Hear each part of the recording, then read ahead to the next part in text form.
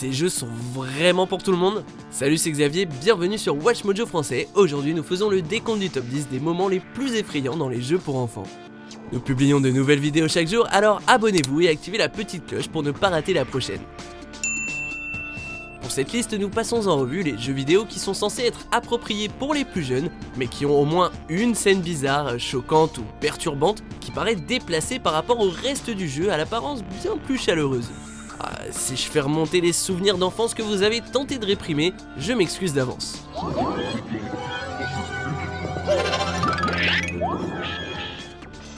Numéro 10, Andros Star Fox 64.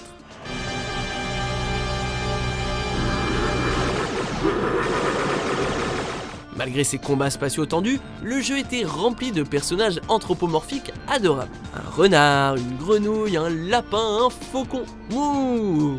Les méchants étaient un cochon, un lézard et un loup. L'esthétique était vive et inoffensive jusqu'à ce que le joueur atteigne le boss final, Andros, qui nous donnait des frissons.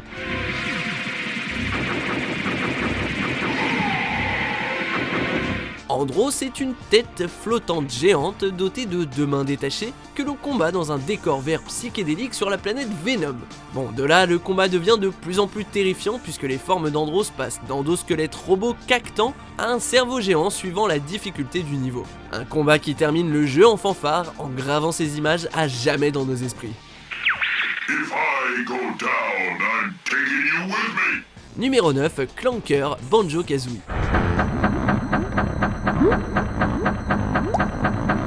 La Nintendo 64 était souvent vue comme une console trop enfantine à son époque.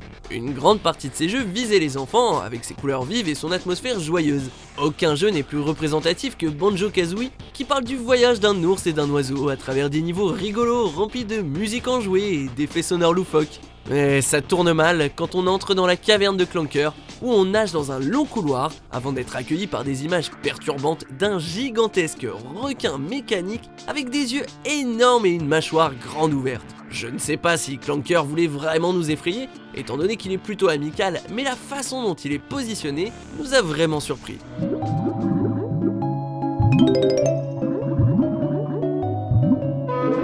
Numéro 8, Mad Jack Donkey Kong 64.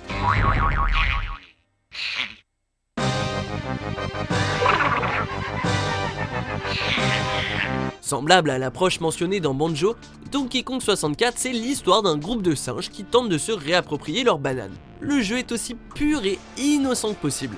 Rare ne voulait peut-être pas que l'on se repose trop sur nos lauriers, alors ils ont décidé de nous faire peur. Mais peut-être, je dis bien peut-être que le combat contre ce terrifiant diable à ressort est un peu trop intense.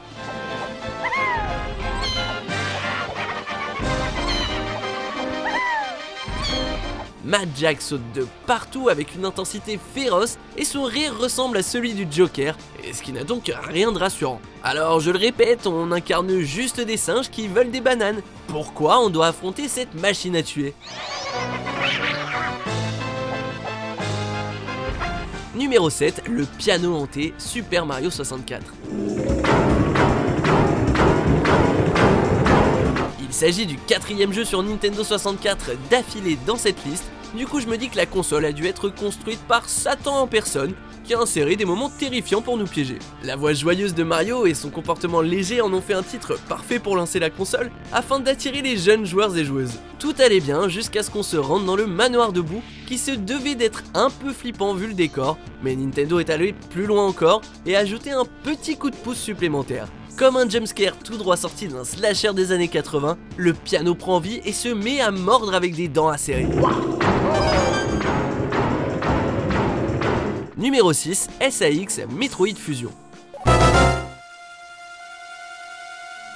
Si la franchise Metroid a toujours incorporé des éléments de terreur spatiale, le SAX nous donne toujours la chair de poule.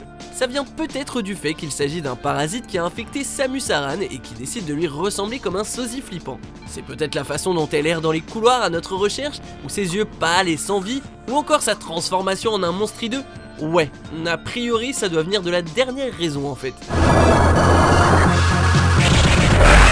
Je compte pas les nuits d'insomnie que ce jeu a provoqué, malgré des parents qui se voulaient rassurants. Enfin, quand je dis insomnie, c'est insomnie dans le sens j'avais trop peur pour m'endormir. Numéro 5, la poursuite Doc Spider-Man.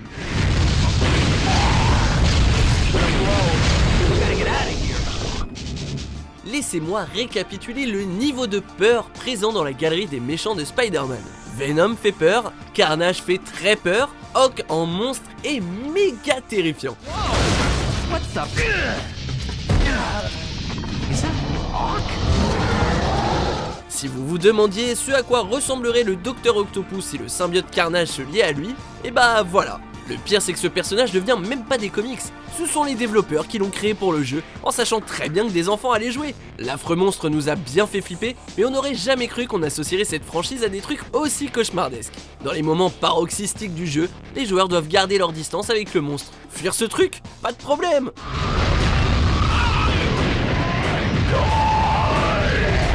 Numéro 4, le Fluff Twigs Super Paper Mario.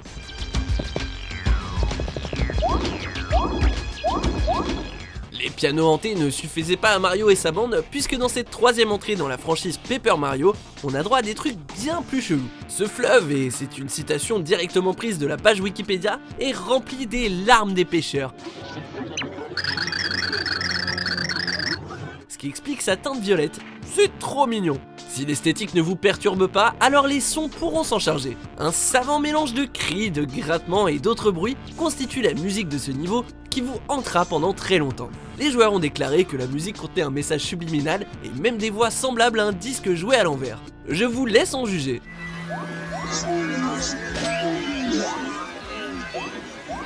Numéro 3, les Endermen Minecraft. Ce jeu a été adopté par des joueurs de tous les âges, même s'il a eu un gros impact sur les plus jeunes joueurs. Du coup, on veut bien croire que les enfants ont été traumatisés par les spécimens bizarres que sont les Endermen. Si on les provoque, ils tremblent de façon incontrôlable et laissent échapper un cri infernal en pourchassant le joueur sans relâche. Pour empirer les choses, ces abominations possèdent des capacités spéciales, telles que le fait de devenir invisible et de se téléporter dans l'environnement. Vous savez, pour un jeu qui encourage l'imagination et la création de monde, on a un peu de mal à se concentrer avec des trucs pareils qui se baladent autour de nous et peuvent surgir à tout moment.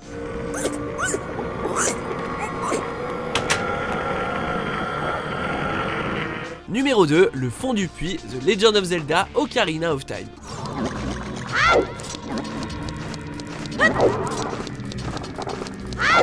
La série Legend of Zelda n'est pas dépourvue d'images effrayantes, comme par exemple la transformation du masque dans Majora's Mask. C'est pas grave, ça nous a endurcis et on a appris à regarder la peur dans les yeux. Mais le moment le plus difficile a été le fond du puits. Comme si explorer un environnement sombre et lugubre n'était pas suffisant, la pièce qui contient la créature blanche a vraiment de quoi nous donner une crise cardiaque.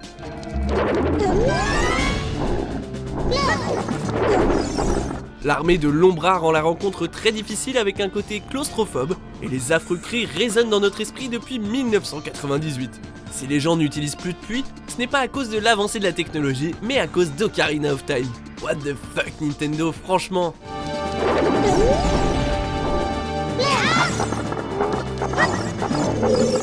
Avant de dévoiler notre vainqueur, voici quelques mentions honorables.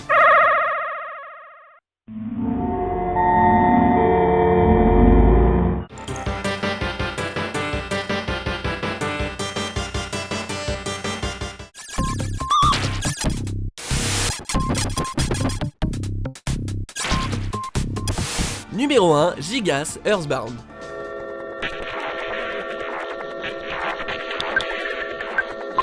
Comme si les séquences de vision du Prince Pooh n'étaient pas assez terrifiantes pour les enfants, Gigas est sans aucun doute responsable des tics nerveux qu'on a chopés en grandissant.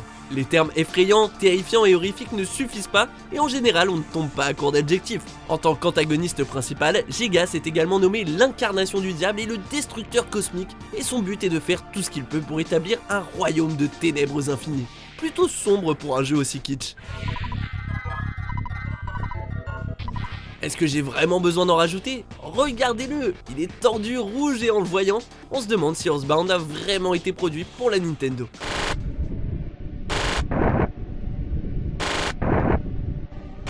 Vous êtes d'accord avec cette sélection? Ces jeux vidéo vous ont-ils traumatisé? Dites-le moi en commentaire et jetez un coup d'œil à ces autres super vidéos de WatchMojo français et n'oubliez pas de vous abonner pour être au courant des nouveautés.